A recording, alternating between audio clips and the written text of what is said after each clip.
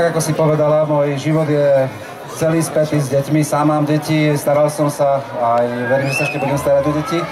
A môžem povedať, že aj my dospelí sme deťmi svojich rodičov, takže vlastne sme tu všetci deti. A ja teda až dovolíš, aby som chcel deťom popriať, až môžem.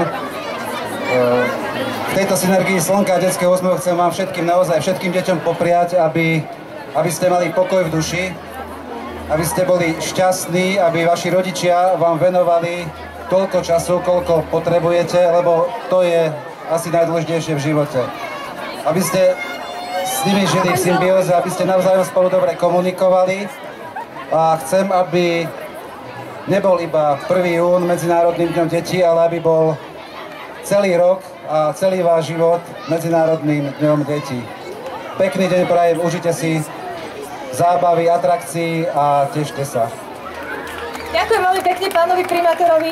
My sme tu s deťmi rozoberali, že čo to znamená, keď niekto zostane večným deckom. Čo to pre teba znamená? Aj ty si podľa mňa občas deckom. No, áno, som a veľmi často môžem povedať, že mám vnúčika, s ktorým sa veľmi rád vrátim aj o 40 rokov dozadu a vychutnávam si tiež detský vek.